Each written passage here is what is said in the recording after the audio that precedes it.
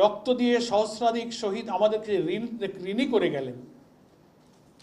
প্রায় 20-30 হাজার জুলাই যোদ্ধারা রক্তাক্ত, আহত, ক্ষতবিক্ষত, অশ্রুসিক্ত হয়ে যারা এখন চোখের পানি ফেলছেন, তারা আমাদেরকে ঋণী করে রেখেছেন। যে দায়বদ্ধতা আমাদের ঘাড়ে আছে সে সম্পর্কে আমি দু একটি কথা বলতে চাই।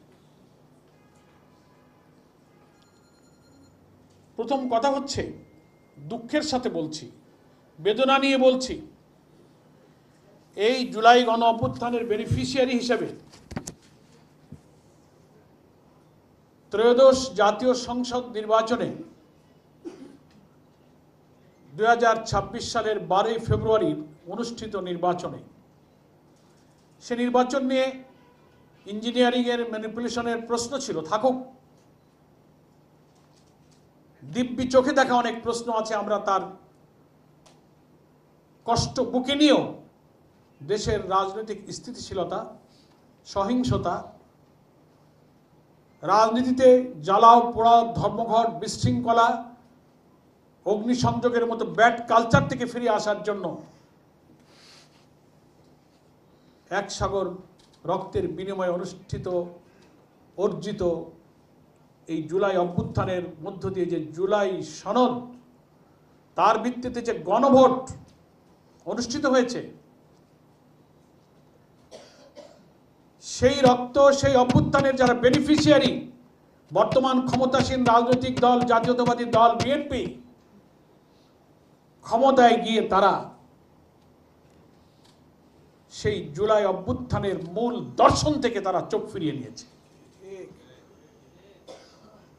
জাতির কাছে তারা যে প্রতিশ্রুতিবদ্ধ ছিল, ওয়াদাবদ্ধ ছিল, 17 অক্টোবর জাতীয় সংসদের দক্ষিণ প্লাজায় ফ্যাসিবাদ বিরোধী আন্দোলনে, ঐক্যমত্য কমিশনে আমরা যারা বিদ্যমান রাষ্ট্র ব্যবস্থার সংস্কারের জন্য 84টি রাষ্ট্র ব্যবস্থার সংস্কারের ব্যাপারে আমরা ওই 17 অক্টোবরে আমরা স্বাক্ষর করেছি জুলাই সনদে, যার ভিত্তিতে গণভোট হয়েছে, জাতীয় নির্বাচন হয়েছে।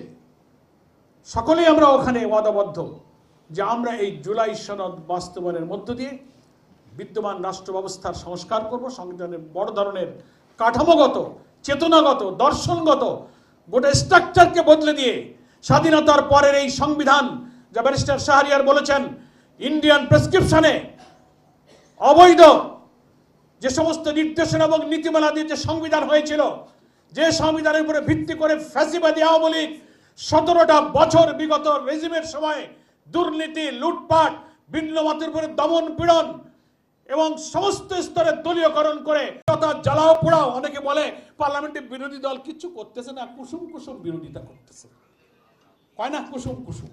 আমি তাদের বলি, তাহলে কুসুম কুসুম না করে গরম গরম মানে কি? 10টা গাড়ি জ্বালাই দিয়ে, আগুন জ্বালাই দিয়ে ধর্মঘট করলে আসলে বিরোধিতা হইতো, তাই না?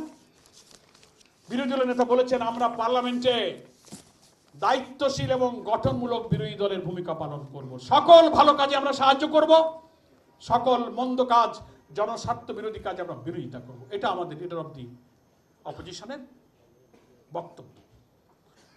এই জন্য আমরা আবেদন জানাবো সরকারি দলকে, এখনো সময় আছে, পার্লামেন্ট বিদ্যমান আছে, আপনারা জুলাই সনদ বাস্তবায়ন আদেশের ট্রেন মিস করেছেন।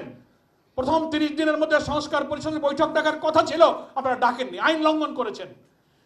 আপনারা সংবিধান সংস্কার পরিষদের যে আইনি কাঠামো সরকার প্রেসিডেন্সিয়াল অর্ডারে করে দিয়েছে, তার মধ্য দিয়ে এই সংস্কার বাস্তবায়ন করতে আপনি সেটাকে বাইপাস করে কমিটি গঠন করতে গেছেন। ওটা কোনো লিগাল পথ নয়।